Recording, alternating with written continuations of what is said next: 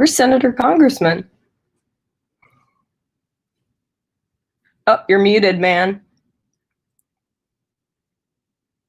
Hey, there we go. Technology. Hello, democracy. Sorry, I don't know why I was muted. I don't know where Senator Congressman is. I think he maybe is. Well, he has an old timey phone in the background. Look at that. He's probably grinding some beans. He must be grinding beans. How you doing, dog? You're looks like you're on dial-up today. Yeah. So is this? Let me know if like the sound. It's probably not going to be. Let me start over. I'm coming in from a new location, so my internet connection is not the same as it typically is. Cool. Well, if for some reason it it craps out, we can. We'll figure it out. And but I'm gonna try going on my if it would help going on. Well, whatever you're about to try to do, I suggest do it, because whatever you just tried to say did not come through. There he is. Whoa. There he is. What's up, chicharrones? What's up? What's up, fellow practitioner of democracy? That's right, dude. I voted. Ooh, man, that was a tense night that I was not particularly enthusiastic about. Oh, get my coffees. There you go. What about now? Back. Is that any better, dog? I think it is. Is it better for you guys? You look bright. You look swollen. You look great. Yeah. Good swollen day for you. I'm fine. I feel like I went to bed extremely sad. And woke up, better. I feel like I went to bed. I mean, well, first of all, what might I say? This is Did You Reddit? Weekly podcast about the internet by way of Reddit, the front page of the internet. Hello to all of you fellow participants in the American process. Thank you for your support and your votes, yada yada. Today is the day after the election, which we're going to be the first pod to call it. We're going to be. I mean, this is actually kind of the point of this pod. I mean, we had, I think, our margin of error on our predictions were 0.1%. Pretty slim. Pretty slim. So, we had we have historically had a very good track record of calling the elections, which is why we often get asked by major networks to help them call the election. Yeah, we're usually talking heads, political talking heads. Right. I'm a bit of a wonk. And the thing is, I get all my politics from Baba Vanga, so exactly. So take those. I get those. So you knew what was going to happen all along. Yeah, exactly. And lest we forget, Baba Vanga told us Barack Obama was the last American president. That's true. It is true. Never forget, listeners. Look up Baba Vanga. We've talked about her many times before on the pod. If you're a new listener, you might be new to Baba Vanga, but she's a mystic. She's been dead for maybe 1,000 years. maybe 20 years. No, she died in the early 1900s, I think. Yeah, she died like 87, dude. Yeah, she was like she was around. She had a tracksuit. Yeah. No, she was around for a while. She predicted. She was a hip lady. But you're right. She was like she predicted all these things like earlier. Hey, you know what? All I know is that that's where I get my politics, and no one's gonna win. No one wins because there are no more American presidents, according to Baba Vanga. So we don't even need them, dude. Which I think is fair. We got algorithms. Well, anyway, so yes, so this is day after the election. Ordinarily, I would like to say we don't want to talk about politics, but I feel like we have a somewhat of an obligation to. Just because that's the current state of things. So I think the front page of Reddit, I think obviously has some things that we can discuss.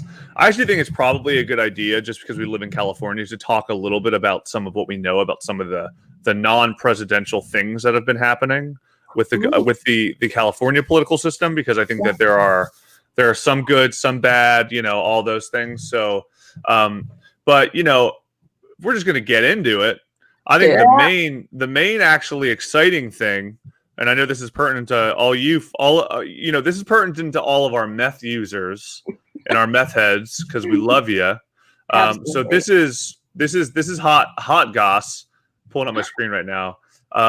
Oregon, first state to decriminalize personal possession of all drugs in small amounts. Is that right? Well, yeah. I mean, you can't personal sell them possession. still. Yeah, this is not meant for distribution. But I thought this is very interesting. I mean, this is starting to follow, I think, a model that a lot of people would suggest that we follow, partially because of the prison system. I think that's the main implication.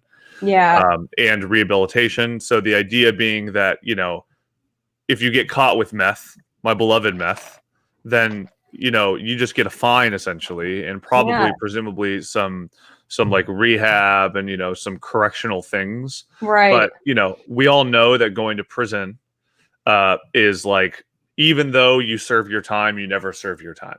Right. It's true. And so for a long time, kind of low-level drug users were kind of going to prison for meth and heroin and, yada, yada, MDM5, all those party fun drugs, that now you just get fined, I believe, which I think is very interesting. Awesome. I think that's such a great idea. I mean, we don't need, our prisons filled with people who were carrying like a little eighth of weed, or an eighth of meth. Well, Portland and Oregon seems to be just doing everything right in 2020.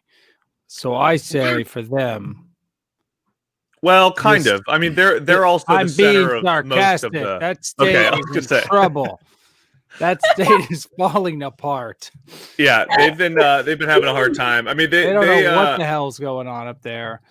You got a guy. They're a fascinating state because they're the ones. They're one of the places that I think a lot of people often cite when they talk about the division in the United States, because you have, Portland is like an absolute liberal mecca for a lot of people.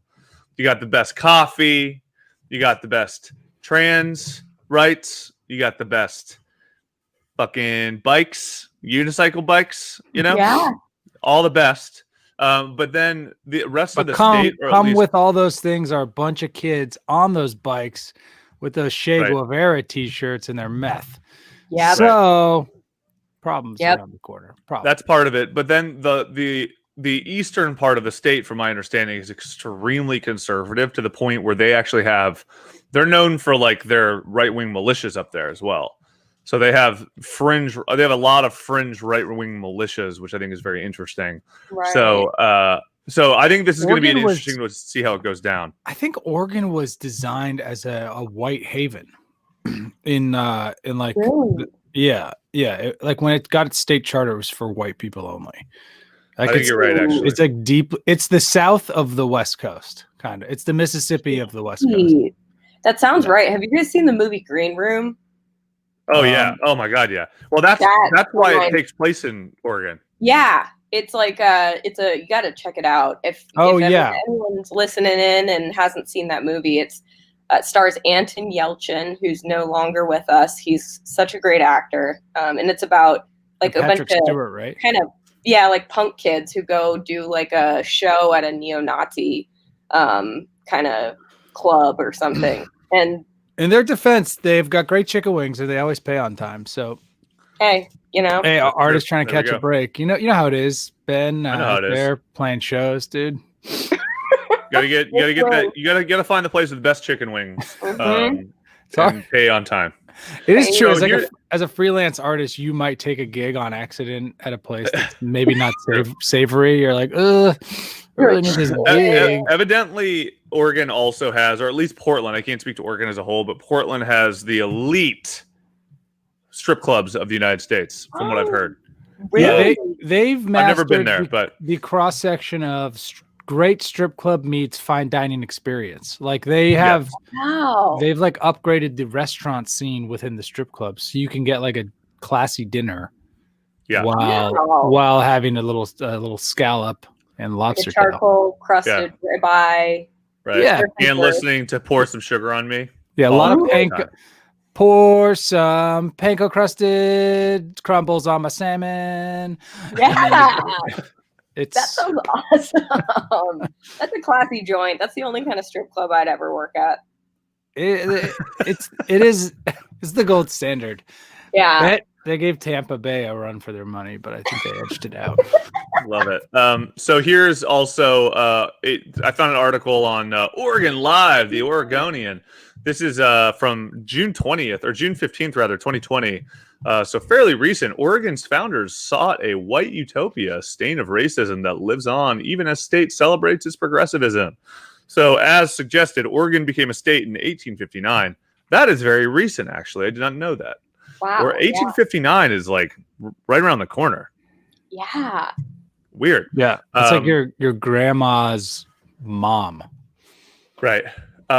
Wait, your grandma's mom was the goddamn Civil War. Was the Civil War 1863 through 1867 or something? Wow.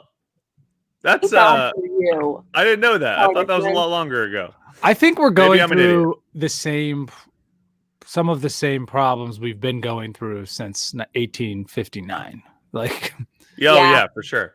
Well, I didn't realize, I guess when you think of the Civil War, you think of it being like you don't think of it being less than 200 years ago. Right. You know? And then I guess 1776 always stands out in my head as like the Constitution getting signed, right? 1776. Because I remember that image on the cover of National Treasure. So that's always like a date that I always remember.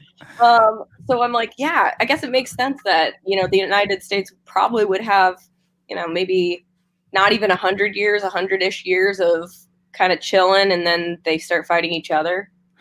I don't know about you, dog movies, but those are some of my favorite movies. National Treasure. Me too. And I wish they made a couple more. They've only made 2.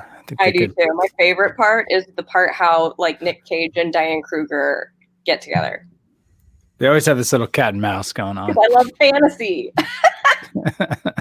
So funny. So funny. Very nice. Very adorable. This is a fun photo. Experience Oregon, the Ku Klux Klan mask. Is that a fishing net? What is that? Oh, it's a Ku Klux Klan mask. It's not a salmon catcher. I don't know. My salmon catchers. I didn't realize this. I mean, this is. I mean, I knew that this was a thing. I knew this was part of the history, but I didn't realize it was quite literally a white utopia. But anyway, that's why everyone who lives there is. When Oregon is very blonde white, like it's like a certain kind of white. It's like blonde and blue-eyed white. You go there, you're like, it's almost Northern European. Got that vibe, Weird. So the authors of Oregon's Constitution declared that no black people could reside in the state or hold real estate. They relied on precedent for the decree. The territorial legislator had passed a black exclusion law in 1844, dictating regular public lashings until the lawbreakers left the territory, and followed it up with another such law 5 years later. The state's founders sought to create nothing short of a white utopia. Wow. Fascinating. Did not know that. Where did the Native Americans sit in this? Which granted land for free to every white settler in the Oregon Territory and explicitly excluded people of color, abrogating Native American tribal land rights. The Oregon Territory's U.S. House Delegate Samuel Thurston told Congress was the first prerequisite step before Oregon could join the Union as a state. Very interesting. Anyway, the reason we talk about that all, just to refresh your brains, is because Oregon has decriminalized all drugs, period. So maybe they're trying to make up for lost time and be like not such dicks because they were such assholes in the beginning. That's very possible. I mean, here is another thing that's at the top of the front page right now. So Bernie Sanders' accurate prediction of Donald Trump's election night playbook goes viral. So Evidently, Sanders predicted how Trump could attempt to use. Okay, so let me read this whole thing. So, an interview that Senator Bernie Sanders, chef's kiss, of Vermont, gave to Jimmy Fallon last month is going viral because Sanders' prescient prediction of how Donald Trump would act on election night. Sanders noted to the Tonight Show host Fallon on October 23rd that studies showed Democrats are more likely to use mail-in ballots and Republicans to walk into polling booths on Election Day. Sanders said it would likely be the votes that would be counted will be those people who came in on Election Day, which will be Republican. Sanders predicted how Trump could attempt to use this to his advantage. I was going to do the Bernie Sanders voice. I can't even try to do it. Dog boobs can do it. All right, dog. Read this in the Bernie Sanders voice. You can do any voice. We know that. I can't because I haven't looked at politics for 4 years. Just do. So you don't even know who Bernie Sanders is. He makes chicken. They do chicken. Yeah. Oh, wait, he's the colonel. He's the colonel. Okay. I could it could well be it could well be that at 10 o'clock on election night, Trump is winning in Michigan, he's winning in Pennsylvania, he's winning in Wisconsin, and he gets on television and he says, "Thank you, Americans, for reelecting me. It's all over. Have a good day." But then the next day and the following day, all those mail-in ballots start getting counted, and it turns out that Biden has won those states. At which point Trump says, "See? I told you the whole thing was fraudulent. I told you those mail-in ballots were crooked, and we're not going to leave office." So that's a worry that I and a lot of people have. I mean, that is exactly what Colonel Bernie Sanders sounds like. Yeah. That's as good as it gets. Yep. That's as good as it gets. That's it. So interesting. Hello, Disney animation department calling. Anybody need me for the next Jar Jar Binks movie? I do anything from Colonel to Jar Jar to princesses. All right. Which is actually a brilliant segue because I know that we launched right into the front page because we kind of had to get some of the election juice out. Again, we don't know when this is going to go up, so we don't know what the election results are going to be. We're going to call it. Jill Stein. What have I been saying since the beginning? Jill Stein has won. We knew this was going to happen. Nobody wanted to talk about it because because corruption. But Jill Stein won. Jillian Stein, dude.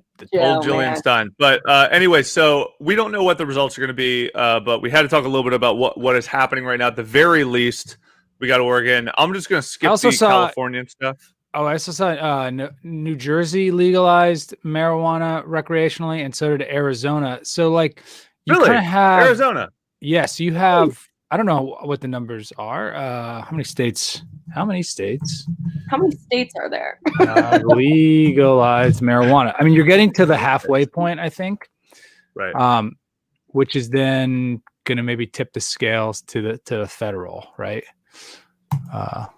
So if Trump would have just come out and said he's going to legalize weed, he would have had my vote a long time ago. Am I right? Long time ago.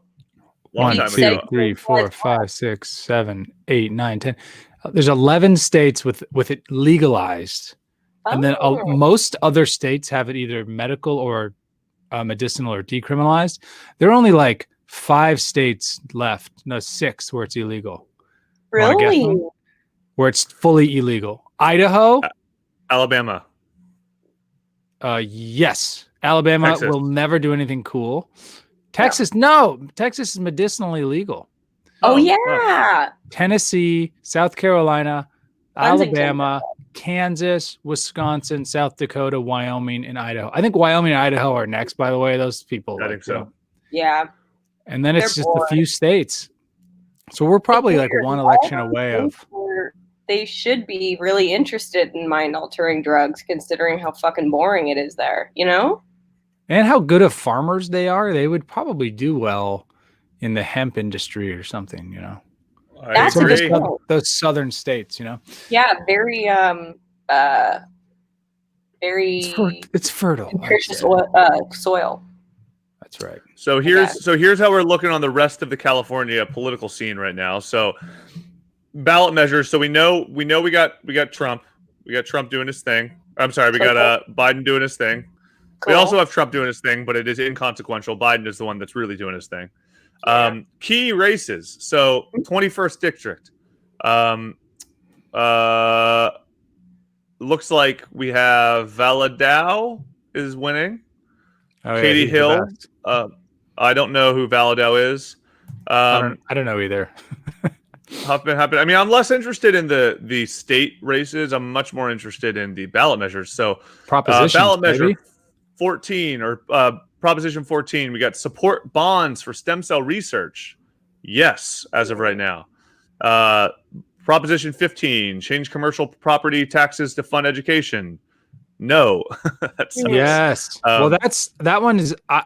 These are like a worm ball, but like I'm a big no guy for 15. Oh yeah. Well, they make it.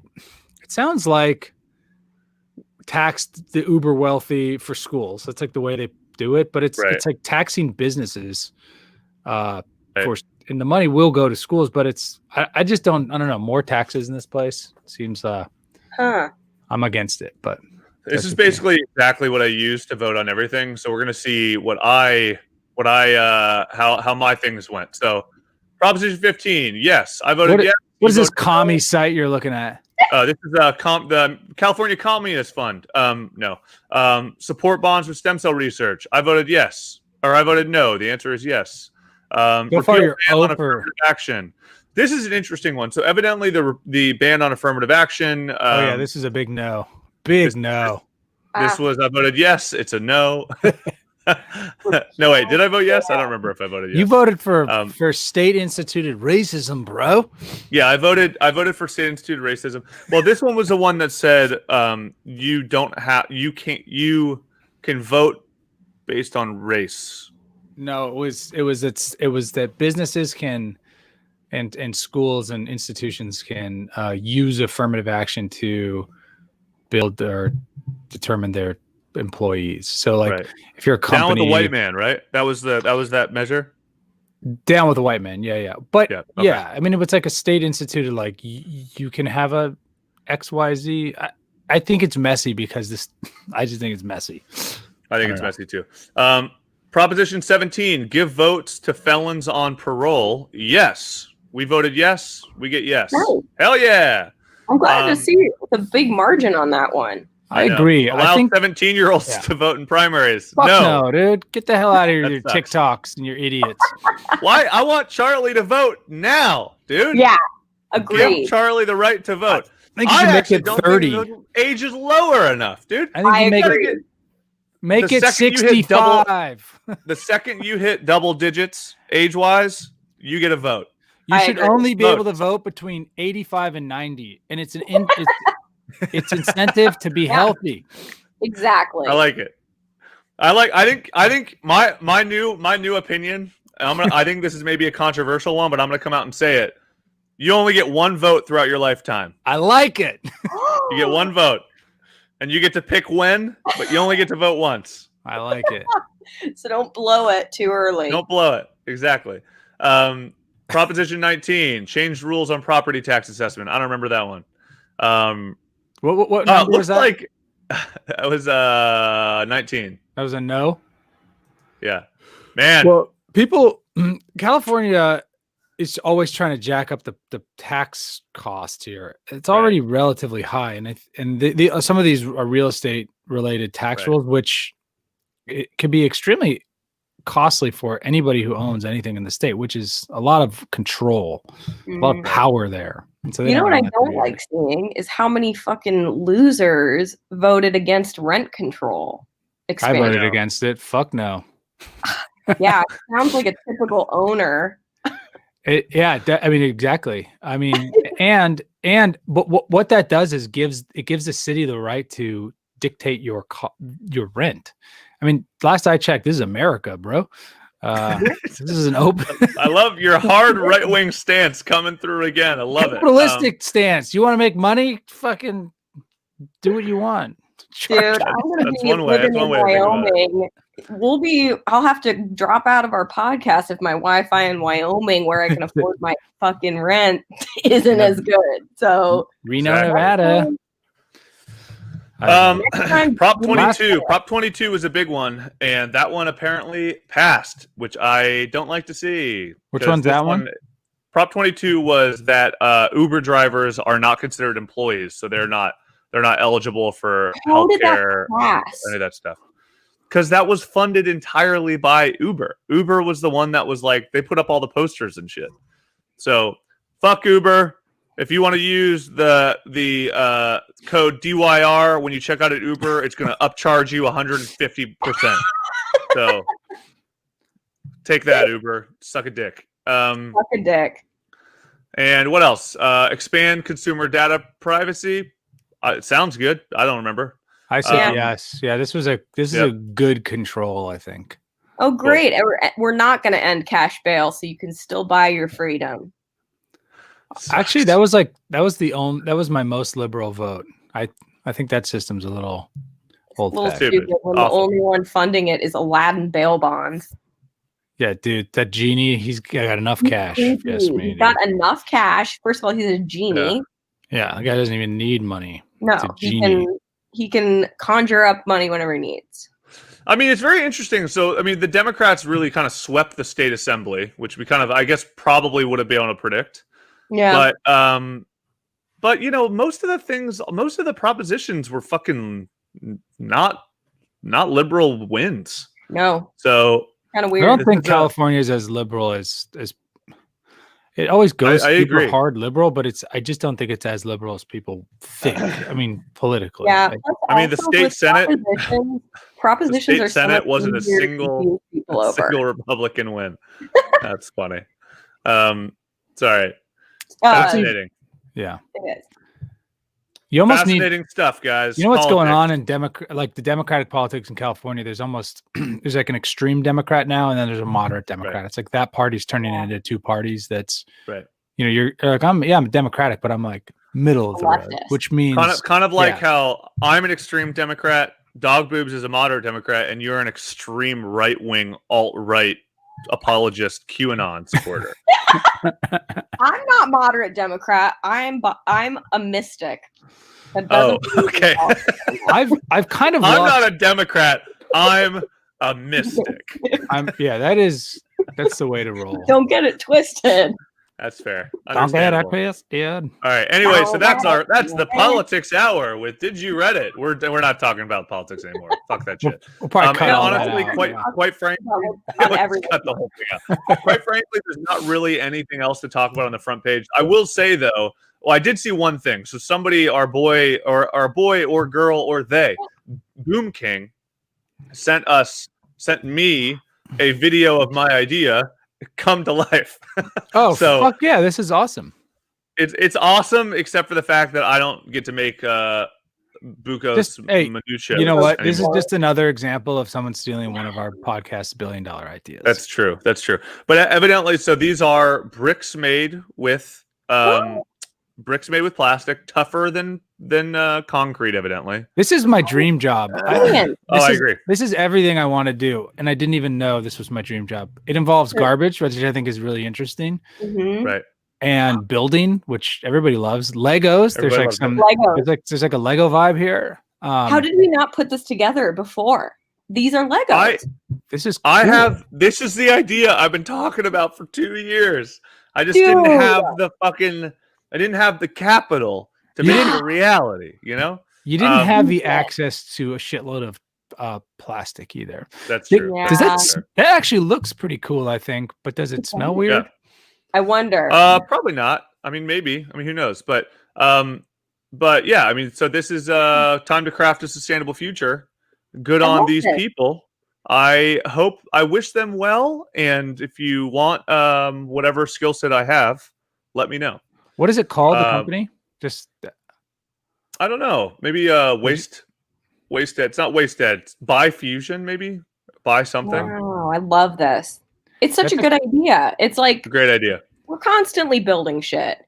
Constantly building stuff. I think, unfortunately, for your like building affordable housing costs, like in California, they're saying it's going to cost them like $650,000 per unit to build, which is extremely high. Like there are companies like that do this prefab stuff for, $30,000 a unit. And Right. I think there's a lot of dirty money politics going on with like the funds they raise, because I don't know how you get from 30,000 to 650,000, but Right? like there are cool options like that could just put people in affordable housing temporarily, whatever it is, for whatever reason above my pay grade. It doesn't happen. I don't know why. I don't even think it's somebody must be getting rich off of homeless people. I think that you're right. It's like corruption and somebody's got to be making money off that shit on. Yeah, it's bizarre at this point, like, it's like upping bidding shit for contract. What's going on? Like, don't go blaming this on the Italians. It just doesn't feel like, no. Hell no. What I've been saying for a while is the Italians are making everybody homeless and they're making money on the homeless people. This is all about the Italians. Those Italian Americans. We're just trying to get a little PR. Millennials, my God. Yeah, we're trying to get some PR about our overt racism towards the Italian people. We're just trying to get back in the scene a little bit, I just feel like we've lost our pizzazz a little bit, and I think the only way to get it back is racism. So I think that's got to be the way. It is kind of the way groups stand out now is to like victimize yourself and then sort of like make that the talk of the day on the news or whatever. So we need a little. Somebody needs to get choked out by a cop. Some Italian needs to go down. Sorry. I guess. Very controversial stance. But, you know what? If you're really feeling it, I'll let it stand. But anyway, so we are not here to talk about politics today. We are here to talk. Well, we are kind of here to talk about politics, I guess, but not American politics, not earthly politics. We're talking the politics of the what? Gungan. The Gungan politics. I don't know. Gungans. So today we are talking about darthjarjar. So, when we look for good subs, we haven't done the last couple subs we've done a couple, like, I don't want to call them serious subs, but we did a couple that were like, change my view. We talk about white trash people. We talk about Italian racism. We talk about these things. But, the best stuff that we really like are the hard-hitting thinkers. Right. And we got our thinkers and our stinkers. You cut out there for a second, dog. There we go. We got thinkers, we got stinkers. And so today, your glitch is hilarious. It glitched on your punchline, and like we just didn't hear anything, and there was this weird. We're like, what's a joke? And then we heard it 3 seconds later. Stinkers and stinkers. We're like, yeah, okay, great. Thank you. Thank you. But anyway, today we're talking about darthjarjar. It is a fascinating sub. It is. We don't know. I can't speak on your guys' behalf. Freed, I imagine you actually probably are a Star Wars guy. I could be wrong, but do you like Star Wars? Oh, I mean, in general, I grew up watching the original Star Wars, which I loved, but not in like a I'll never go to a high school dance with a lady kind of way, you don't go to conventions anymore. No, but the new ones I'm not at all into, just mostly because I'm an adult. Right. Full stop. Dog, what about you? Are you a freak for the Star? I'm not like crazy Star Wars person, but love the originals, and I was the perfect age for when the new ones came out because I was obsessed with Queen Amidala. Yeah, she had cool hair, and they had like a bunch of cool Barbies of her, and just a lot of cool stuff. What I appreciated in that. Yeah, she kind of like reimagined lipstick, which you don't see. Like it's kind of been the exact same thing since it was invented, but she took it to another cool level. She was like, I'm just gonna use it right in the middle, and that's it.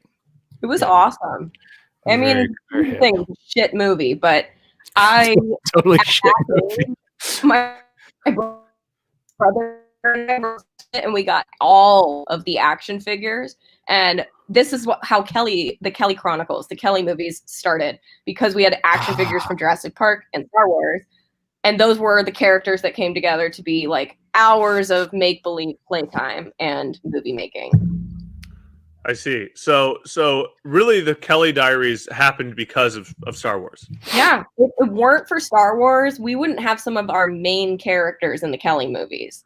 Fascinating. Including, well, there was one character that's not politically correct anymore, but back then, keep in mind how old I was. I was like 11, okay?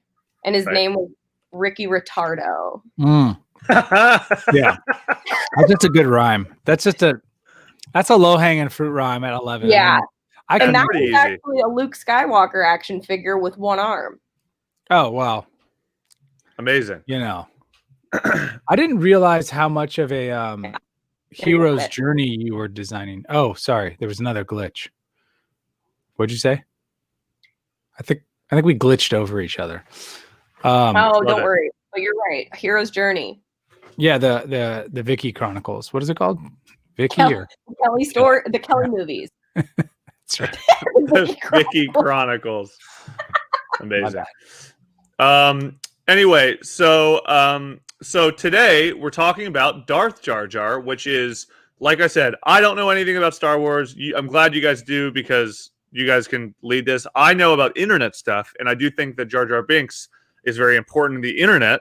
And I know I saw the movies, right? I know who Jar Jar Binks is, but I don't really understand the full context. But Darth Jar Jar is about a Reddit theory that has now become a Star Wars in general theory about Jar Jar Binks, proposing that he is, or it's a he, right? Or it's not like it's I don't know, maybe it's a genderless being, but Jar Jar Binks is actually not a bumbling fool.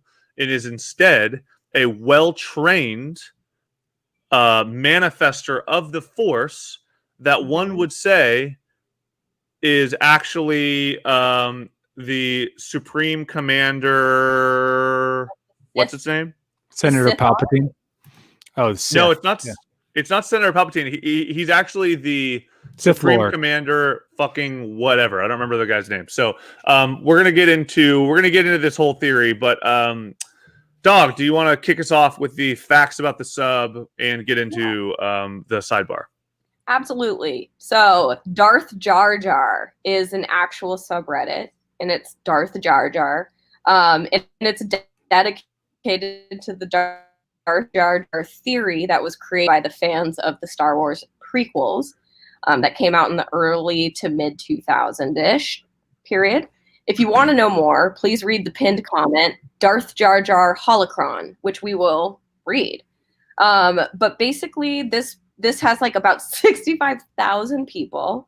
It was created in 2015, and there are like a bunch of different kinds of things. We've got theory support, personal theories, memes that people make, images, meta. There's a Jar Jar circle jerk filter flare, whatever that means, but I'm going to click it because I think a lot of people think this is like not a real theory, that it's like, don't give George Lucas so much credit here. Like, but then on the other hand, a lot of people are like, maybe he crapped out at the end and didn't see this theory through, but there's a lot of support in the beginning of the Star Wars prequels to say he was not just a dumb shit. Well, a lot of what I was reading was that people think one of a couple things happened. Like, this came at an odd time for Star Wars, right? Because this was episode one, episode 5. This is the first episode, right? Episode one, because the way, the fourth movie, but technically episode 1, and so this came at a weird time because this was like the first movie where people were like, hell yeah, oh my god, Star Wars is back, holy fuck. Damn, that movie sucked. And then everybody was just like, oh, maybe this isn't good anymore. And so Lucas, I think, was kind of like, fuck, abandon that plot line. Is what a lot of people are thinking, that he just essentially he wussed out. He like chickened out when it came to the Jar Jar Binks theory. So it ended up just never really coming to fruition. But I think, Star Wars fans are very serious.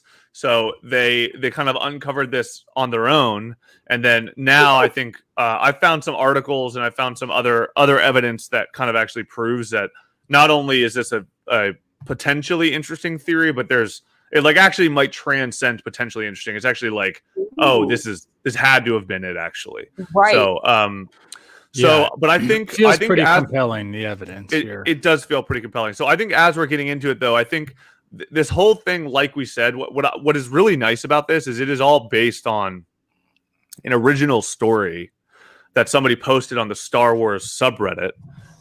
Dog, do you want to read that whole theory from beginning to end? Because I actually kind of think it is really important to contextualize all of the pieces here. And then we can kind of break down a little bit beyond just the theory itself. Totally. And I'll do it in steps, and you guys just jump in because I think there's a lot to talk about in between these sections. There's a lot of information here. All right. So, theory. This has 66,000 upvotes. Jar Jar Binks was a trained Force user, knowing Sith collaborator, and will play a central role in The Force Awakens. So this was posted 5 years ago. And was, I don't know if you were about to say that, but this was posted 5 years ago on the Star Wars subreddit, period.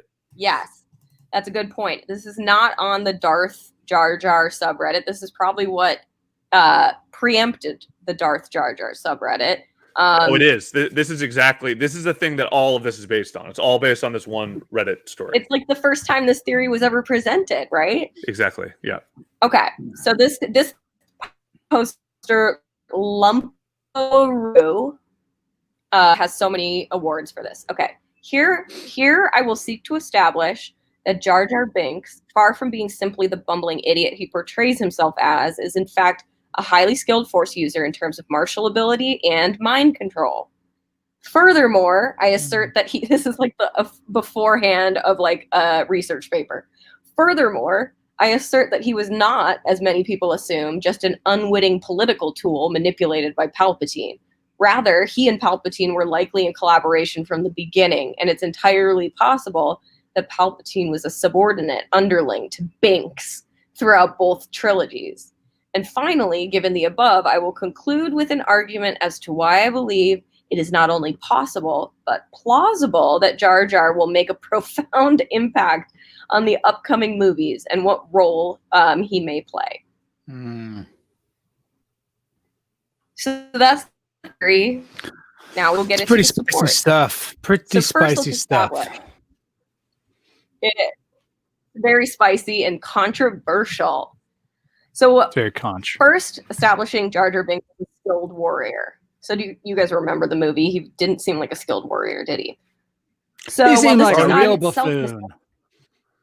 Yeah, like a dumb. I mean, he didn't seem like a skilled warrior, but as I've been going through evidence and some of the way people are talking about him, I'm like, oh, I see what's going on here. So, which we'll get into, but yeah, on the surface, he does not seem like a skilled warrior, but recontextualizing in the brilliance of its writing, suddenly you're like, damn, I didn't realize that. So yes, let's get into that. Oh, cool. Okay, so while this does not in itself necessitate a connection with the physical force, it's suggestive in the Star Wars universe. Very rarely do we see normal characters exhibiting extraordinary stunt work or physical feats unless they're Jedi, Sith, or at least Force sensitives. So here's Jar Jar nonchalantly executing a standing 20-foot twisting somersault. Do you want to click on that little guy? Yeah, so for anybody who's following us on our Twitch and whatnot, so this is what is being referenced. So he is a bumbling idiot, but then he pulls off stuff like this. That, you know, and I think the movie, the way the plot line wanted you to think about this was like, you're a friend who just like doesn't know how to do anything, is like super clumsy, and then you like give him a basketball and he's like, whoops, and then it just like perfect swoosh, and then you're like, the fuck did you just do that? He'd be like, I don't know, I've never played basketball. And he throws it up again and it's like a perfect swoosh, right? So it's just like him just like, I'll jump in the water, and then he like, it looks so graceful and beautiful, and he just like does a perfect dive, right? It's yeah. crazy. What's the point of this other than, you know, I guess I'm just trying to think if I'm like 7 years old and I'm watching this for the first time going like, oh, Jar Jar Binks can also do a cool flip dive. Like it's not really funny. It's kind of interesting. It's a thing that's happening, but kids typically aren't into the Olympic sport of diving as much as you would think. Right. So agreed. I know, it's weird. It's like, and I'm like trying to remember from the movies, but I don't think the other Gungans move that gracefully. Like I remember the head Gungan, who was a great big fat guy.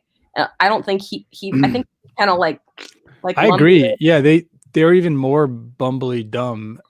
You know, he's the top of the heap as far as genetic lottery in Gungaland. Yeah. Right. And so that's the deal with Jar Jar Binks. He was a Gungan, right? Yes. Yeah, which is like an amphibious type of alien, I guess. He's like a cross. He's got an accent, a cross between like a stereotypical Italian meets Jamaican. He's kind of right. Yeah, I think he might be an archetype for an Italian American, and Jamaican, I think that could be a theory. He's like, all right, Mr. Jar Jar Binks. This is the other thing I forget is like Jar Jar Binks plays a critical role in our whole Reddit universe. So yes, we've always been fans. All right, so he also manages to convince us that he's a bumbling oaf in the midst of pitched battle, even though he's always incredibly, amazingly successful. He doesn't die. Whether single-handedly taking down a battle droid tank or unleashing a barrage of Boombas on their front lines, or precisely targeting multiple enemies with a blaster tangled around his ankle, we simply roll our eyes and attribute it to dumb luck. But is it? Obi-Wan warned us otherwise. And if you click on that, you are taken to a scene in one of the original Star Wars movies where Obi-Wan delivers his famous line in Watch out for this piece of shit Jar Jar Binks in about 30 years. He's going to get you all. That's not what Obi-Wan Kenobi says.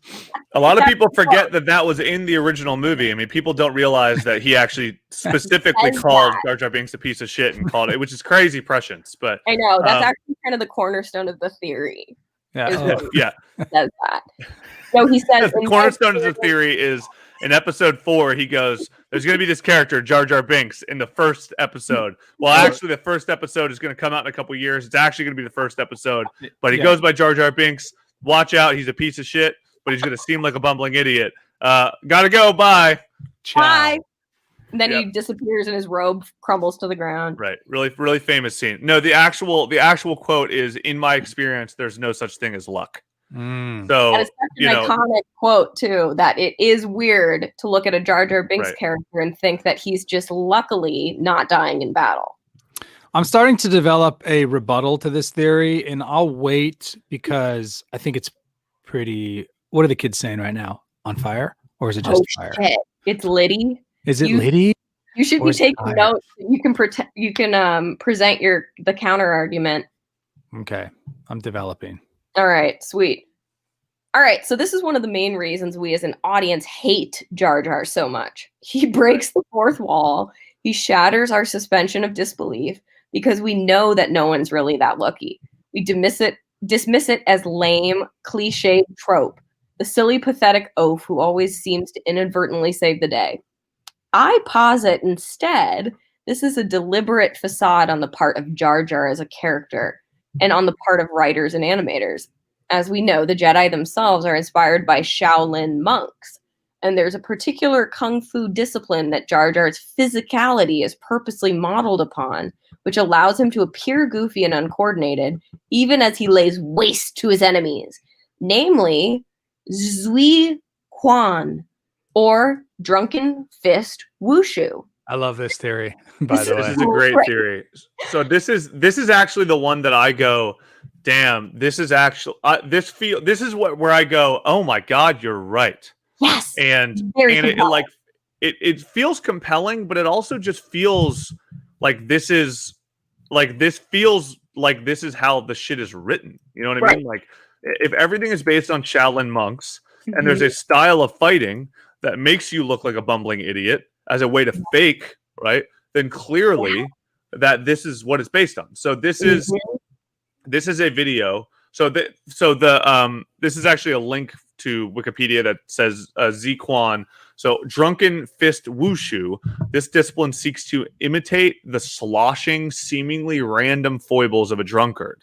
But in reality, the staggering and fumbling is the use of bodily momentum, deception, and unpredictability intended to lure and confuse opponents. So basically, you are in control of your own wobbling because you understand where your momentum is, and that's all meant to like make you look like you don't know what you're doing. But then because you're in control of your momentum, you know when to strike, and you know like your body weight is always proportioned so that when you strike, you can take down your opponents without them even realize you're capable. So I love that. I love it too. And this is a video. So this is a video of this exact form being practiced by a Ziquan, Ziquan practitioner rather. And you can see, we're not going to watch the whole thing, obviously, because it's like extremely long. Let me go to some of the juice. So you see like even. Whoa. So it's just a lot of like, there's a lot of extreme movement in the neck. That's how in like the upper torso. That's how I hit the clubs quite a bit. It's basically my wedding dance routine. Oh, yes. I can picture this.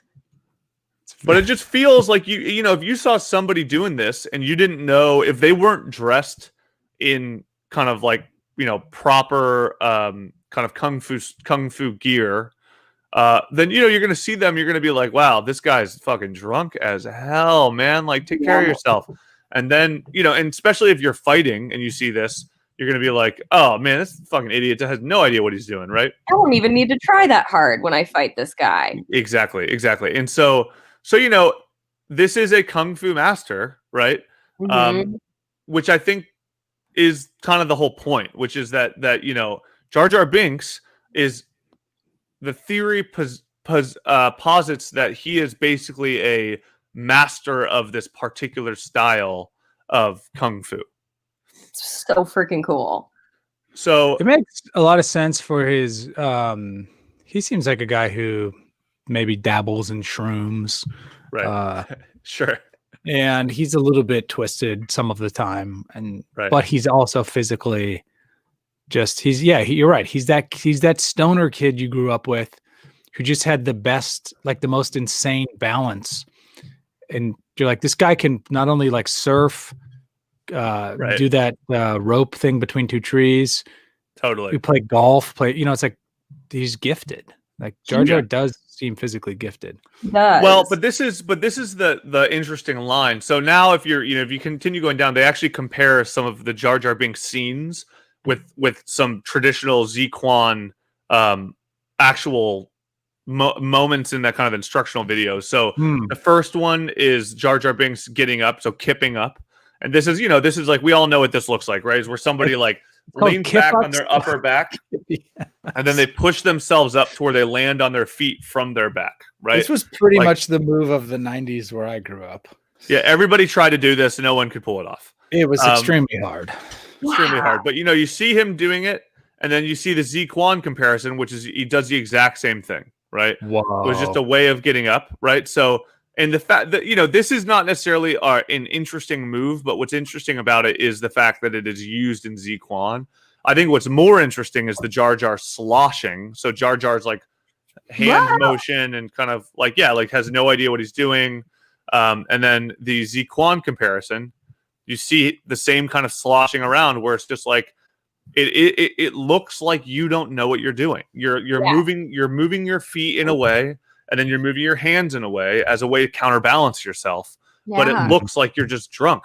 Because really, the way you think about it, though, it's like if you are drunk, this is also that your body is doing that for a reason. Because your body is going, I am having a hard time with my balance, so you're using your arms more. Like when we're walking around, we are able to keep our balance because we know where our center of gravity is. When you're drunk and you can't maintain a sense of gravity, you use your arms to fix that, right? Yeah. So this is actually like a really valuable tool that's already built into our systems about balance. And so the fact that Jar Jar Binks is doing it and the fact that Zeke-Quan is doing it is not particularly interesting, but it's also like, it almost to me speaks more to the purpose of Zeke-Quan, which is a mastery of wayward balance shifts, you know? Yeah. Yeah. Throwing your momentum and weight around, like you said earlier. Right. And then this is the one that I think is the most damning, if I remember correctly, which is like, oh yeah, it's almost identical. It's almost identical. So this is a moment in the movie where Jar Jar Binks. So the moment is Jar Jar has a little fighter fella attached he's to his leg. He's a droid, I would call him. Little droid guy attached to his leg, and he just like makes some stupid movements. But the act of making those stupid movements makes the droid's gun go off at other droids to knock them down. And it looks just like luck, right? Yeah. But we know in the previous films that there is no such thing as luck. And then seeing this practitioner, we go, oh, that is a mastery of balance, not luck. But it looks like luck. Something else that's probably a benefit from fighting like this in battle is that if you look like you're like super kicking ass and like a great warrior, I imagine you would become a target of a lot of those droids. Exactly. But if you look like you're just fumbling and probably going to be taken care of pretty soon, you're not going to become the target of a whole lot of people. So you can end up being a bit of a dark horse and Jar Jar Binksing around and killing people who don't really expect you to be, as deadly. It's very guerrilla warfare. Totally. I always said my style, every time I watch Braveheart, when there's like a pile of dead bodies, I'd be like, we just hide out in that pile of dead bodies. And then when no one's looking, boom, you get them. You jam them in the eye.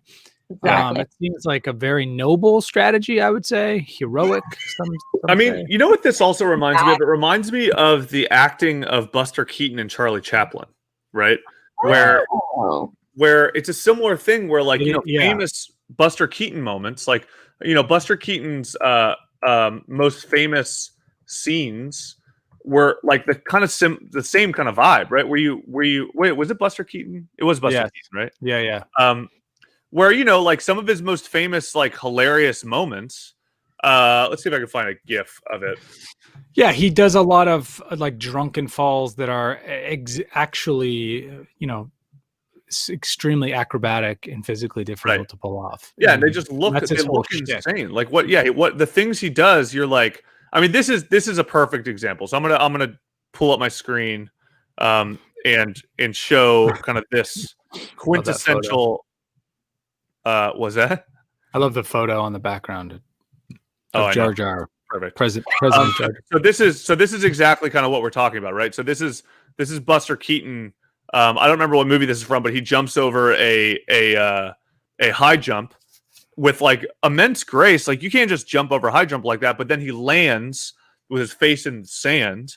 And then you're just like, oh, dope, what an idiot. But, it was all clearly planned, right? You know who else has a famous move like this is the great and one and only Gene Wilder from Willy Wonka and the Chocolate Factory when he exits the building for the first time and he's like crotchety and everyone's like, oh, no, he doesn't look so good. And then he does this barrel roll and he's like, ta-da, y'all just got played. Exactly. I got the chocolate, bitches. Totally. But it's the same thing. It's a little misdirect, right? And that's where the goof is. Well, and what I would also add to this, and this is, I think, where your expertise comes in, Freed, and I think this is probably a little bit of where your head probably goes, because of the way that Lucas views film. This is a film technique that has been used historically since the beginning of film to disarm characters and make them seem dumb and funny and foolish and simple, right, through the act of really complicated acrobatics. So Jar Jar Binks is actually a really famous, it's like a really kind of valuable film technique that we've used through people like Charlie Chaplin and Buster Keaton. So there's already a precedent for why Jar Jar Binks is like that and why he as an antagonist and a protagonist is kind of used really effectively. So I think all of this is where the whole theory, and we need to finish the theory, of course, but this is where the theory I think is really, really fascinating. But anyway, all right. So continue on the theory, Doug. All right, here we go. So starting with the if you slow down the GIF. So if you slow down that GIF that we just saw, that last one, Jar Jar actually dodges an incoming blaster shot at the beginning. You'll notice how he's mysteriously aware of the droideka as it appears behind him, even though it isn't in his line of sight and he couldn't possibly hear it over the din of battle. Then we've got a couple other comparisons. Jar Jar centering himself in preparation for a force jump and a Zui Z Quan comparison. Right. So that basically means when that first GIF that we saw of Jar Jar just doing that silly jump into the water, where we're like, wow, this guy can really do it. Like if you look at the way he actually centers himself, it is exactly how Z-Quan practitioners center themselves. So it's like almost undeniable that the animators used this as an influence or like direct model for how they animated Jar Jar Binks like battle movements and stuff. Totally. It's kind of up to question if they meant to follow through with the meaning behind that or what. Yeah, because you could, as you're designing characters and any of this stuff, like it's a lot of people start somewhere. It's like, oh, I'm gonna make it based on this guy. And George Lucas does have a history, like the Jedis are samurais, right? And it's like he has a history of sort of borrowing from Asian culture. So maybe they did, like somebody's just educated in all the fighting forms of martial arts, Asian martial arts, and they're like, there's this guy, he could do that. Whether or not it has a connection to the Sith Lord thing, well, we'll keep debating. And by the end of this pod, you will know. You will know. We will call it. Because we call it on this pod. We call it early. When you're done. All right. So, well, that's all good. And even if Jar Jar is a secret drunken fist boxing master, that doesn't make him a Force user, right? Which is exactly what we're starting to go. Okay. So it should at least make us suspicious of his character. It establishes that his over-the-top, childish antics are a veneer masking a more complex character than we're led to believe. But even if you choose to ignore Jar Jar's seemingly magical prescience in battle, I believe that there is a particular scene in which we do see him clearly make use of the physical force. In TPM, now which one is the Phantom Menace? Right. When Jar Jar and the Jedi ambush the droids and rescue the Queen and her entourage, Jar Jar accidentally botches his leap from the balcony. Accidentally in quotes. Right. A few frames later, he is seen dropping from the opposite side of the balcony, which would seem to be impossible without a force-assisted jump and or force sprint of some kind. Let's look at that full scene. If you're listening, check it out on the post. Yeah, so check it out on the post. So we'll post this on our subreddit, of course. DYR, did you read it? So you can see. So this is one of those things where this is a less compelling theory for me for a couple reasons. So one, I think that as genius as I think a lot of this is, I do not, however, believe that match cuts are perfect in film. Just by the way editing works. I think that often this happens, right? Where you like see somebody and they're talking to someone this way, and then the next scene they're like staring straight ahead, and you're just like, you're like, wait a minute. Most people don't notice it because it just doesn't. It just doesn't matter to the plot line, of course. And if you're not trained in film in some capacity, then it's easy to ignore. This, I think, can be that. Yeah. But I also, what makes this interesting though is, Jar Jar falls. He looks like a dumb idiot. But then I think there's another point that's made, which is, and they're using the droid gunfire as evidence of this a lot. And you see on the end of this clip that there's a random bullet or a random laser beam that like goes to where you assume Jar Jar was based on where his position used to be. Yeah. But he's now in a different space. So you're just like, huh? Like, why would they have done that? Now, again, there's a lot of explanations. I think that it requires a lot of foresight to get that right. But if you believe in this theory, which is that he has the Force as well, this is part of it. And then also, the backs were turned of the two Jedis themselves, so they wouldn't have noticed. We know he can do his jump twist move too. Like he could have exactly jump twisted over there. I don't know. Yeah, agreed. That one's a little weaker, but yeah, I think so too. Because even Obi-Wan and Qui-Gon Jinn could have moved more to the left by this point in battle, and who knows? Well, I don't know. I mean, re-looking at this though, I mean, looking at it in slow motion, you do see. So you guys see this droid right behind the droid that's immediately after Obi-Wan. Mm-hmm. That droid is looking up and shoots in that direction, and then all of a sudden Jar Jar drops on the other side, and the droid's kind of like, huh? He does look over and go like, huh. Oh yeah, would you look at that? So maybe he did one of those flip moves.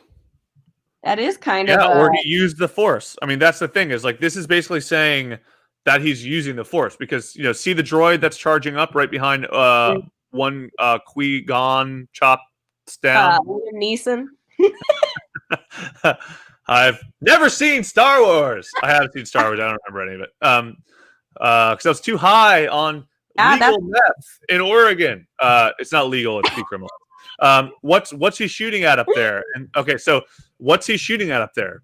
Presumably, Jar Jar. And see its head swing back towards Jar Jar's new position after the shot, which is where he goes. Huh? That's good. You can also see another droid behind it tracking Jar Jar with its head and manage a shot on the new position. So this is the same thing. He tracks the new position and shoots. That's the most compelling thing about this scene, is seeing the trail of the droid watching this happen. Yeah, it's pretty fucking wild, man. And so so you can also see another droid tracking managed to get shot. This means that the animators knew very well where Jar Jar was supposed to be dangling from the balcony over Qui-Gon's left shoulder. It is true that they on purpose had to address that where he jumped off the balcony and where he landed as two different locations. So we know somehow he got there. And the head tilt of the robot sort of solidifies that. Mm-hmm. Yeah. What kind of move that was? This says this is not a film editing error, right? No. This is very deliberate.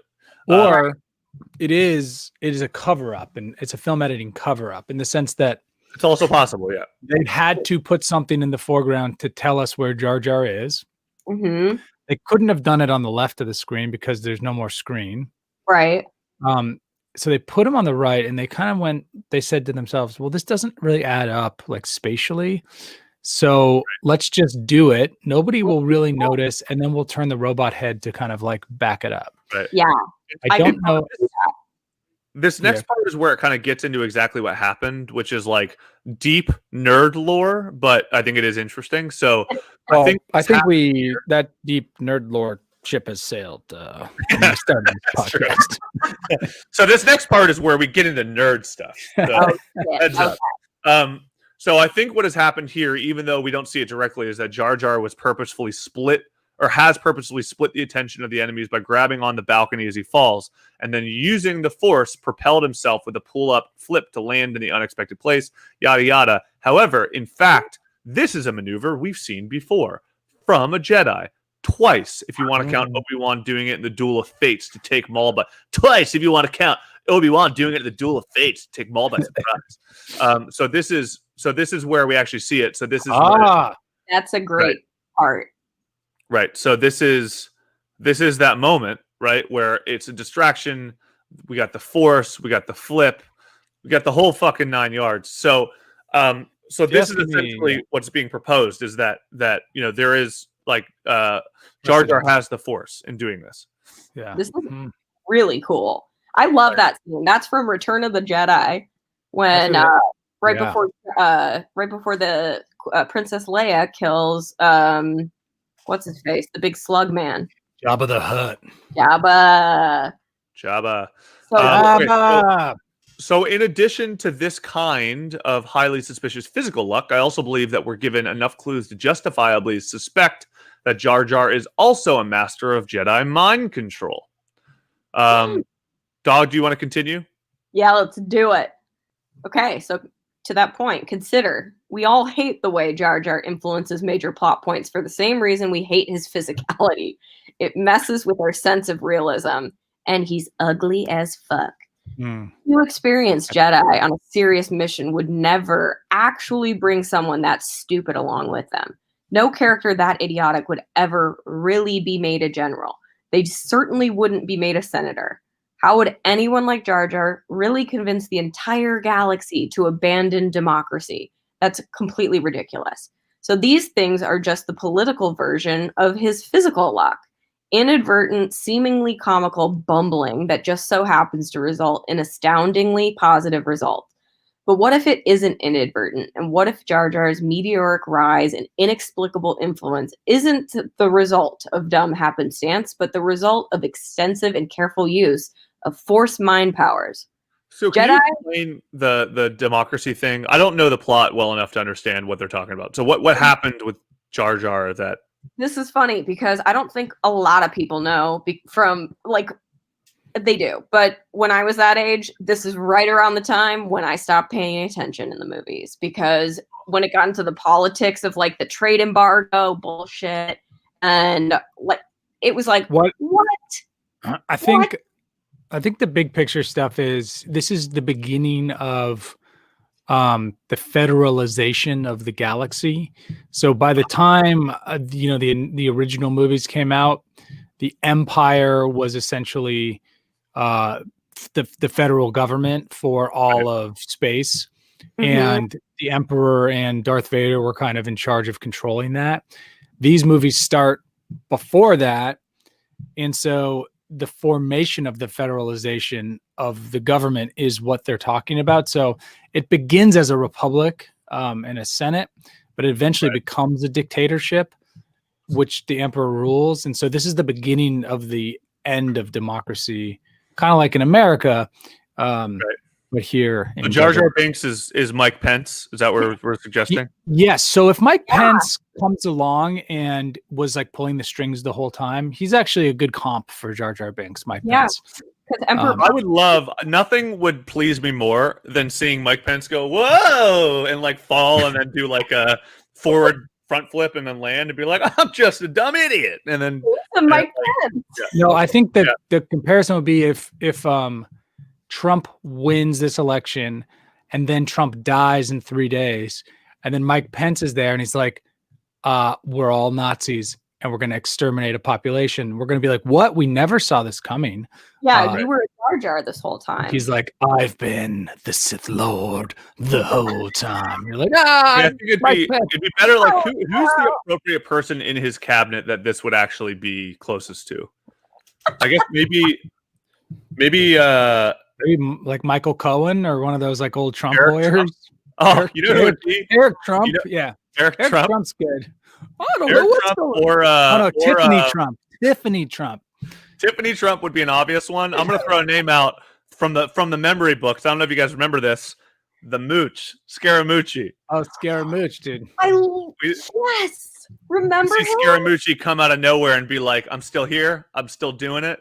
Or actually, realistically, it'd be Giuliani. Giuliani's the one because Giuliani's a fucking idiot. Right. Oh, God. Okay, so his team is anyway. There's so many idiots. It's hard to. It's true. It's hard to find the Jar Jar Binks. So it looks. So this anyway, is like a quick little excerpt about Jar Jar Binks destroying the Galactic Republic that I googled. Jar Jar Binks single-handedly destroys the Galactic Republic by calling for the emergency powers vote because the state of the Republic prior to that moment was such a huge mess. There was a political logjam in the Galactic Senate, and when one member actually launched a full-scale invasion and conquest of another, partisans in the Senate blocked the chancellor's attempt to even bring the issue to the floor. So, like, a real-life example of that would be, like, imagine the Texas National Guard invades Louisiana and takes over, and Congress did nothing. Okay. So Interesting. So that's when Jar Jar Binks gets up and he's like, Misa thinks that like we should do like a big fucking take the power away from everybody and do emergency powers vote, and that's actually what ends up fucking everybody up. Yeah, that's a big scene, but it's kind of the scene that's in there, and you can tell anything that's written into a script is written for a reason. Like nothing is there because it shouldn't be there. That's like definitely a writing rule. And so if they took the time to make the scene, it's integral in some way. And I think you're right, Doug. It was like we all watch this when we were like kids, and we're just like, I'm not really paying attention to the politics. Right. But he does essentially side with the dark side here, whether he's doing it because he knows or not. I think we all assume in that scene that he's just being a fool because Jar Jar Binks is an idiot. Right. But he might be the guy tipping the scale on purpose, so then he can take the power in about 2 weeks. Right. I mean, this feels like this gives me an immense amount of respect for the drunken kung fu style. You know what I mean? Because this feels like the drunken kung fu style is like the most elaborate sleight of hand Charlie Kaufman act of all time, you know? Because part of it is also like, if, you know, there's one thing to just like physically do it, but you know, if you're really going to commit to the bit, you got to be that, you know what I mean? And this is really like a life commitment to the art form of the drunken kung fu style. And then, you know, all the way up to just being like, I don't know a thing about politics, but I think we should do that one, right? And people just being like, yeah, we're gonna exploit this guy to use his vote, and then all along he's playing fucking 4D chess, you know, and never really gives away his hand. 4D chess. You guys, there's a WikiHow. Since I was Googling if they had any drunken wushu lessons in Los Angeles. Didn't see any at first, so I'll do some more digging. But there is a WikiHow on how to use drunken fist. So just check it out if you guys want to. And if we know anything from WikiHow, they're pretty much the gold standard in learning. Exactly. Learning kung fu styles, particularly. Yeah, you'll master it after a couple of reads. Okay, so so Jedi. So back to using Force mind powers. Jedi and presumably the Sith, who are the evil Force users, exhibit telltale signs when using the mind trick to implant suggestions or influence behavior. For one, they always gesticulate and not so subtly wave their hands at a target. So we remember that with, Obi-Wan doing his like little hand, like, you will let this droid go, like that shit. Right. So here are some pivotal moments. Yeah. Jar Jar uses his hand waving as a way towards like promotion to Bombad General. He uses hand waving towards a promotion to the Senate. He ushers in the death of democracy with a lot of gesticulating with his big flippers. So it makes you wonder, with all these other connections, if that is him using mind control. So actually, if you watch the prequels with this idea that Jar Jar might be a manipulative dark character, you begin to realize just how insidious and subtle his manipulation is, and how effective in almost every sequence he's involved in, and how hyper aware of the overarching plot he really is. Examples include Jar Jar tricking the Jedi into traveling through the planet core so that they need him, so that he can come with. Jar Jar carefully causing a scene so that they run into Anakin. Jar Jar constantly mocking Qui-Gon Jinn behind his back while Anakin's watching, so that Anakin learns to disrespect for the Jedi authority early on. I like that one. Fascinating. That's one. Jar Jar telling an 8-year-old child that the queen is pretty hot, fanning the flames of the child's infatuation that is like, hey kid, I know you're 8 and you haven't got a boner yet, but that chick over there who's 30 and who's a queen, you should think about hooking up with her. You should think about it. You should start thinking about it now, like in a creepy way. Yeah, like think about it.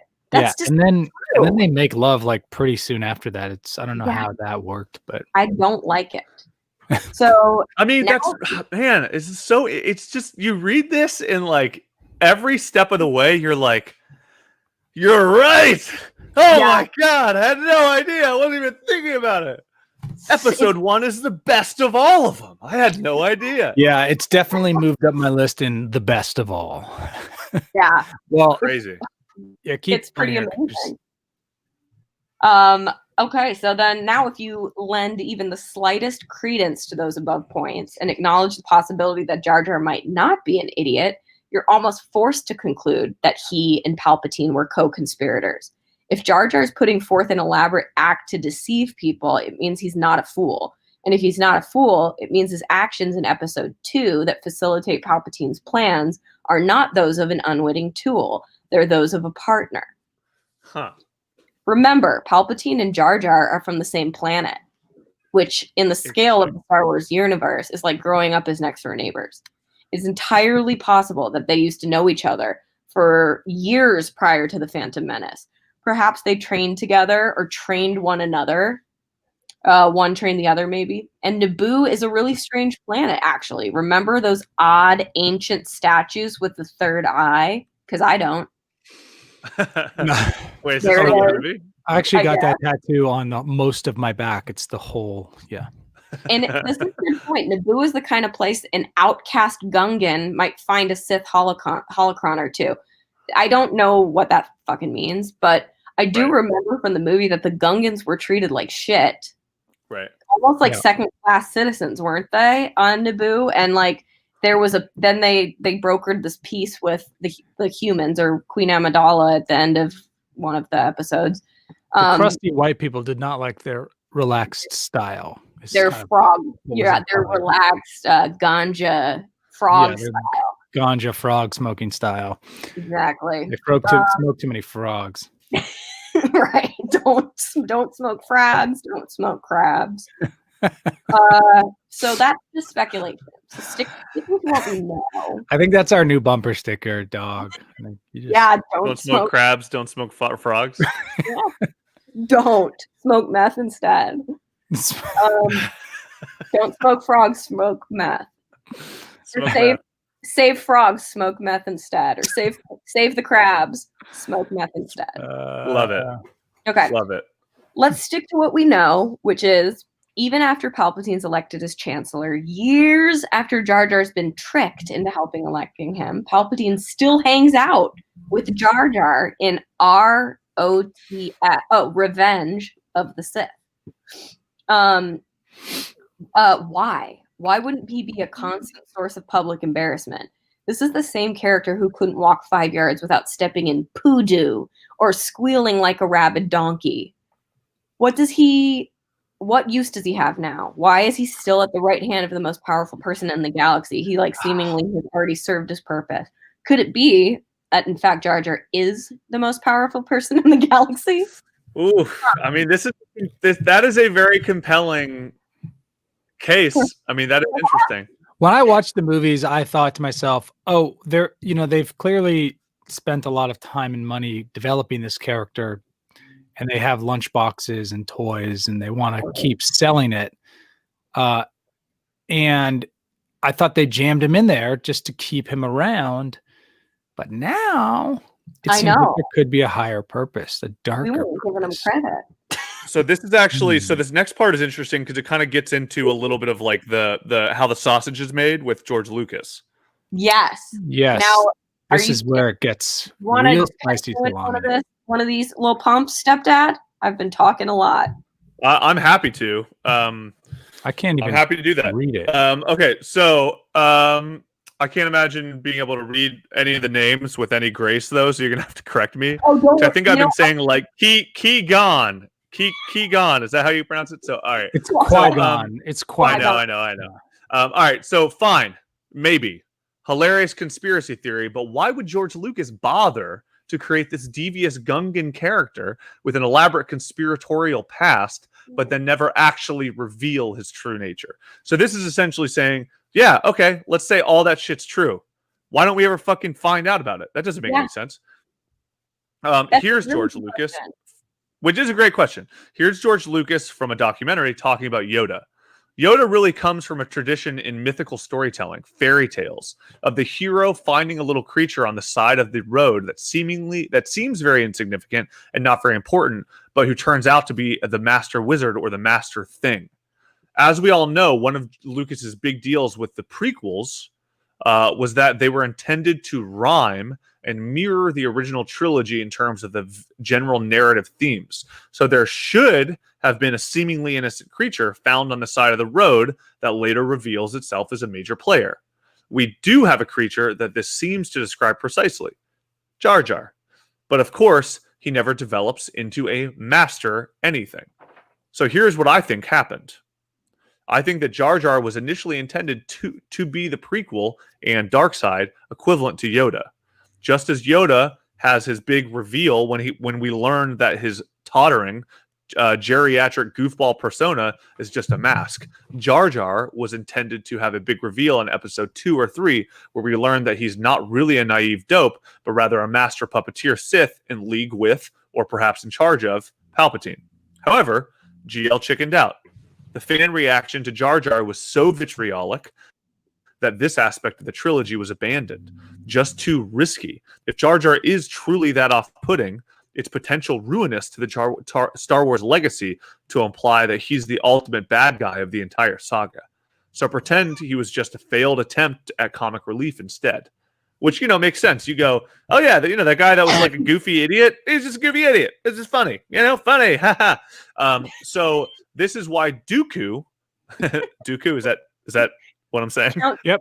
Count Dooku. You got it. Cool. All right.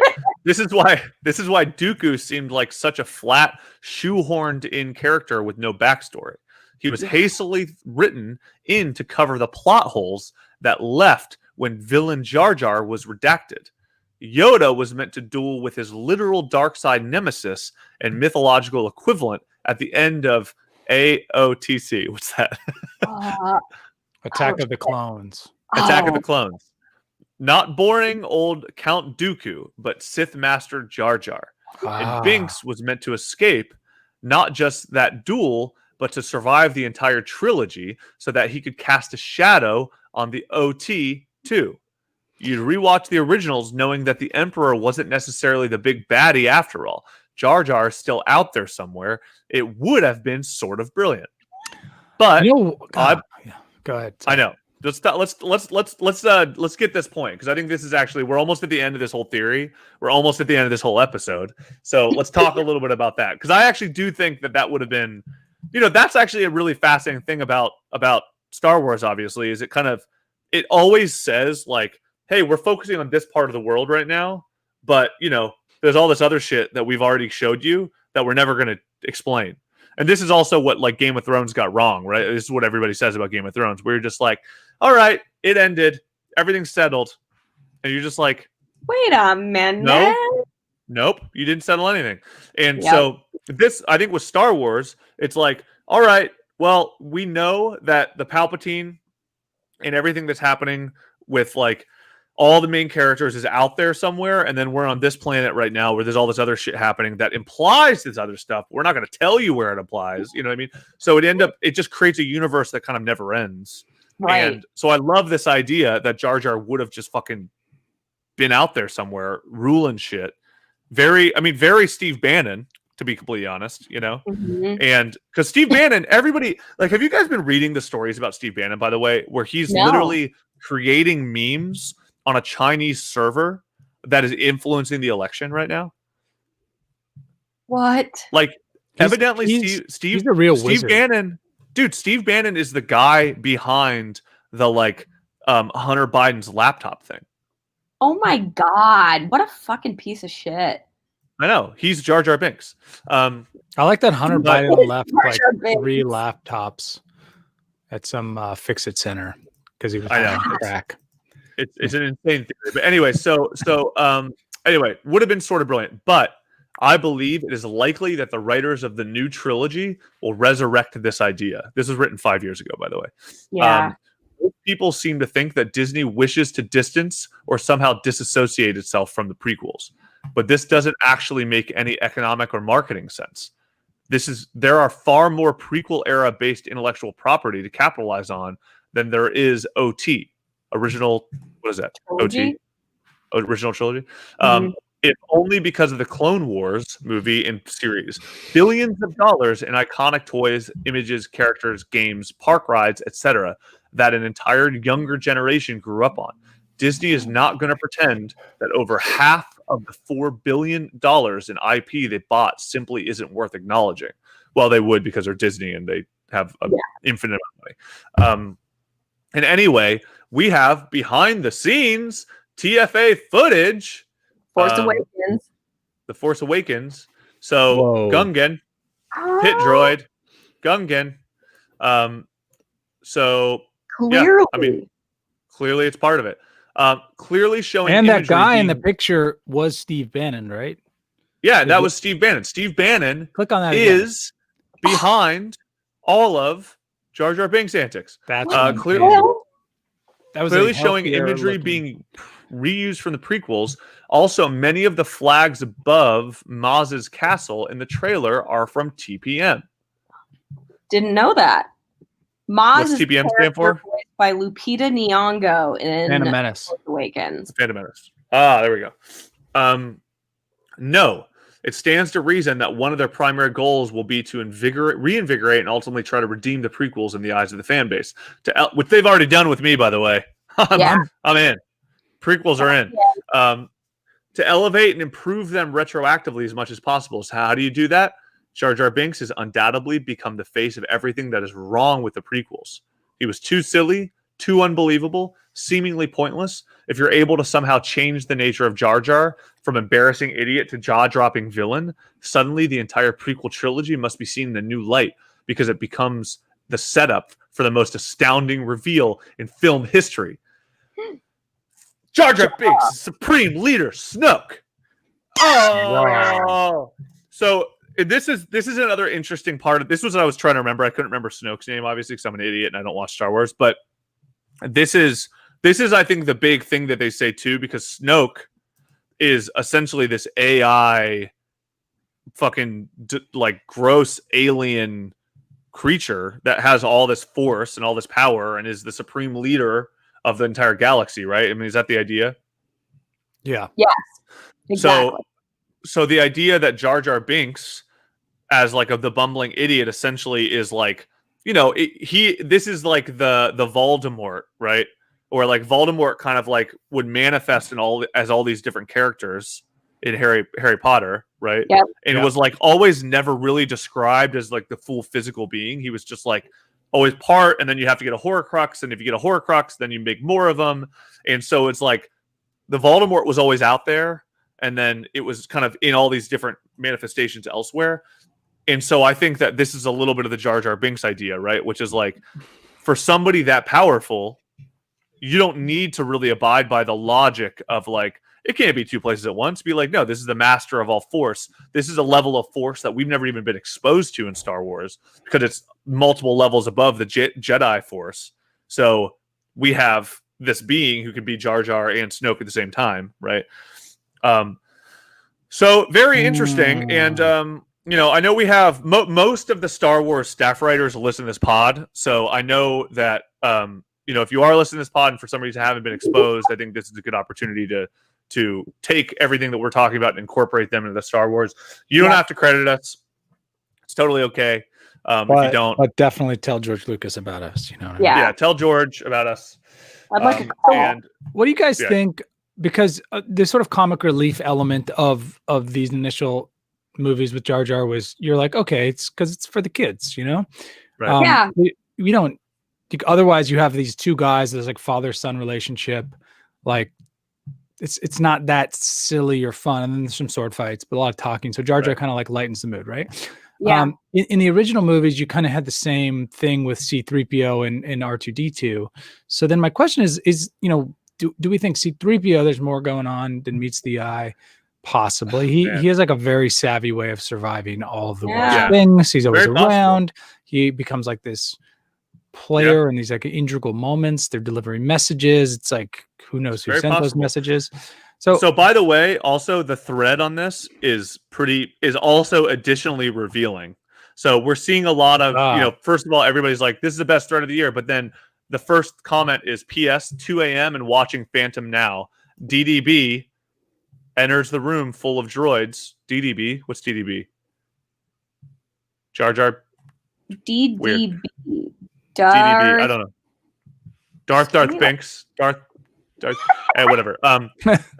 Enters. Maybe it actually might be Darth Binks, but enters room full of droids and waves his arm, declaring, "Oh yo, boyos!" while the droids simultaneously hum into life and rotate their heads to him. Oh. I feel inspired.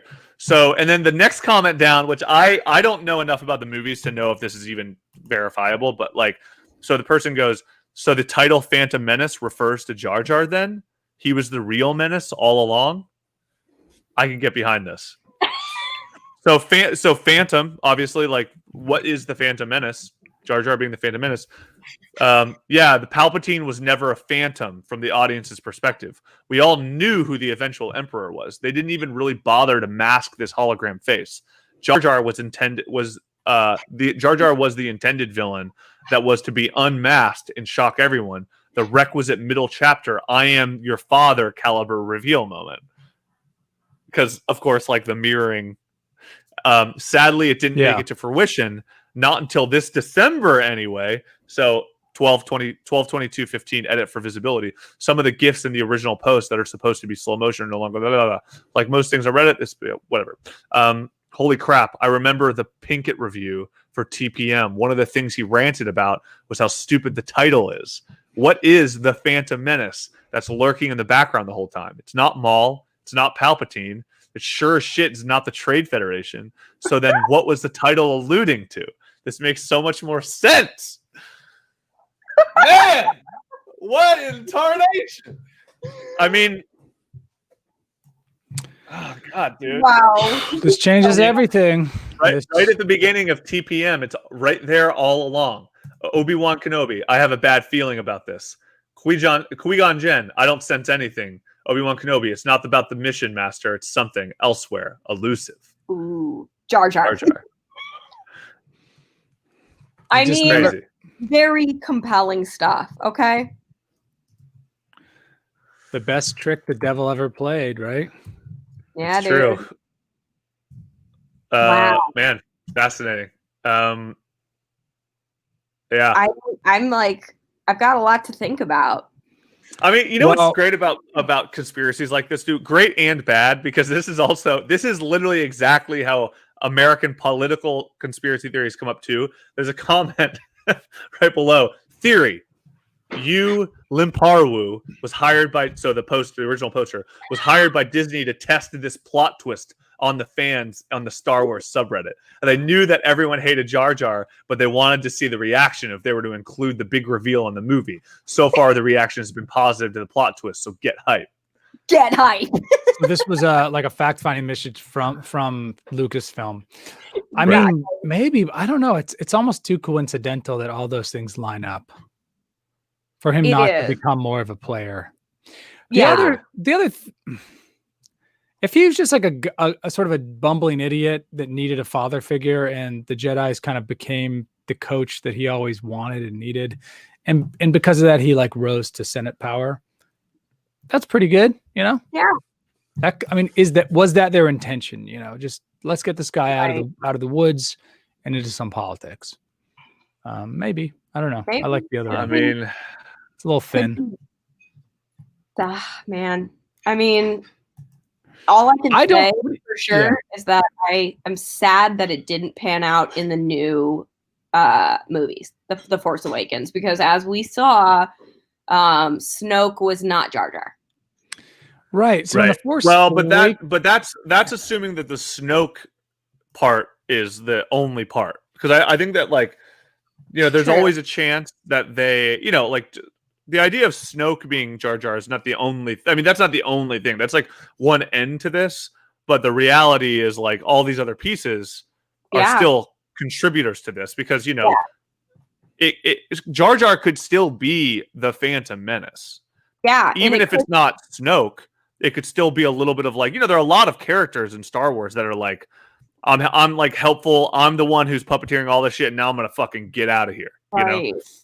You're right, and this could very well have been an abandoned plot line. Like this, the plot line of Darth Vader being Luke Skywalker's father was like a huge movie reveal for the time. right? It was like a big. Everyone's like, "Holy shit!"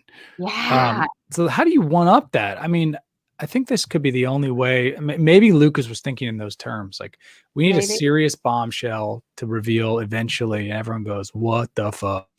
Right. For them not to do like that would feel, irresponsible or naive or something. It's like they know their audience is heavy nerddom. Yeah. So it feels like they would think through something like this. Like I buy it. Yeah, I buy it, and I also buy the theory that fear and disappointment from the fan base is what fucked it up. Because I think that is like when you're dealing. I mean, Freed, you know this. Like we all know this. We live in LA. We've all heard stories of like a brilliant thing getting canceled because one film reviewer is like lame, and then an exec is like cancel it, can't do it anymore. That shit's done. Make it for the mass audience, and especially with something on Star Wars level, right? Where and and after Disney bought it, I mean, at this point in Star Wars, it's like everything has to be tested, everything has to be perfect. There's no opportunity. Yeah, there's absolutely no opportunity for like experimenting with a plot line that's going to make people go, "Holy shit, that's insane!" No, you're just fucking entertaining people. He's sold. He's since sold the franchise right to Disney, so yeah, it's everything now goes through the corporate machine, and you get these kind of like sort of middle of the road movies that are safe, and you're like, it's whatever. But yeah, he might have been setting up this massive reveal, and then the corporate, the fucking suits up in the ivory towers, dude, they squished it, they squibboed it. Yeah. Cui bono for all the money. You know what I mean? For all the money. I mean, I think this is this makes me want to like get further into Star Wars because of the love. This is the shit I fucking love. I love like these deep, crazy theories that you like can't, like everything has immense depth. And this is just one of those where you look at it and you go, damn, like that is. I mean, also, by the way, kudos to this original poster. Obviously, I mean, this is one of the most popular posts of all time on Star Wars. Right. But, like that is an immense amount of critical thinking to be able to get to this point. Well thought out theory and like research paper, to be honest. Totally. So very fascinating. But anyway, so we didn't really go further into the subreddit. I think, maybe this might be a part 2 at some point. That covers most of it. I'm poking on the sub. It's like a lot of goofs, a lot of memes, a lot of jokes. I don't see a lot more information. Like that's I mean, there might be. Well, I think that they created a alternate universe essentially, and this is something that obviously Star Wars does really well. Is like create the world, and then there's the world beyond the world, and so I think there's a world beyond this now where every kind of what makes this subreddit nice is all of the elements of like deception and the implied meaning of each deceptive point, and then how that manifests through memes, how that manifests through culture. I mean, a lot of the memes, like again, like when you're looking at just basic meme shit, you are seeing like references to the movies, but also references to modern pop culture using Darth Jar Jar as the point of relatability that makes the meme interesting. So, but ultimately, I mean, this is a good example of something that starts on Reddit and then invades the mainstream in a really compelling way. So I've seen some like zine fan fiction movie cartoons of Darth Jar Jar coming to power on YouTube when I was clicking around for this. So there's all kinds of stuff out there people have made that's kind of good, Yeah, I mean, there's just like, I mean, Slate, there's a lot of Slate fan theory. I mean, there's like a lot of articles written about this. Most of it happens from 2015. So, the original theory came out in 2015. And then, I mean, people are still posting pretty actively on the sub from what I can tell. I mean, it definitely seems 20 days ago, an hour ago, 22 hours ago, 1 day ago. Like it's still a very active sub. So that to me means that this is in some capacity still like an active community where they're maybe still holding out hope for a reveal or something. This would be the greatest marketing campaign of all time if somebody from Star Wars was behind this as a way to sort of like, seed new information or to try to develop content or something. Because you're going to reach a point where this is going to lose steam if nothing happens about it. Like, somebody has to come in, like it's kind of like QAnon. Somebody's got to do a Jar Jar drop. And sort of add to the information or the clues. Yeah, and this also, I mean, a big part of this sub too is a lot of this is a like apologist for the original movies because of this theory, it makes you watch the original movies completely differently, which then makes you go, the original movies are actually genius. So a lot of the people on this sub are also like, they're just Jar Jar fanboys in the same way that people are Darth Vader fanboys because they're viewing it through the Darth Vader lens, which I think is actually kind of interesting. I can't get over some of this shit. We all got weekend plans. I know from the beginning. Apparently, it's wild, man. Created an 85-minute version of the Star Wars sequels where he removed Anakin and almost all of Jar Jar Binks. So check that out. That's awful. That's awful. I'm sorry. That takes away the entire Jar Jar arc. Yeah. Well, you blew it. Okay. You didn't see anything. Yeah. This is so fun. I fucking love this shit. Anyway, all right. So I know we are at our time. It is 9 a.m. We all have to do our respective things. We have to go, like participate in the democratic experience of America right now. Anyway, all right. This is fascinating. Check it out. Darth Jar Jar, r/Darth Jar Jar. We're gonna put the original theory up on our sub, of course. Skylar Shaggy Von Otten on Facebook. Hot take, my friends. I don't know how I feel about all that energy, but we'll respect it. He doesn't get the theory. He's just saying fuck Jar Jar. Everybody's saying fuck Jar Jar. But yeah, everybody says fuck Jar Jar, but this diminishes the theory, which is the Darth Jar Jar theory. So, Skylar, you got some homework, my friend. If he is Darth Jar Jar, I also say fuck Jar Jar. He destroyed democracy in the galaxy. Oh, that's fair. But you guys say fuck Jar Jar for different reasons. Yeah, exactly. Open your eyes. Sheep. Open your eyes. Yeah. Fucking Skylar Sheep Van Oosten. Probably what your real name is. You fucking sheep, dude. Jar Jar was behind it all. We love you. Anyway, all right. So, couple little announcements. We probably should have said this at the beginning. Like we mentioned earlier, we are joining a network. We've officially signed some paperwork. We are joining a new network. We will reveal more information next week. Hopefully, this doesn't change our pod format. I don't think it will.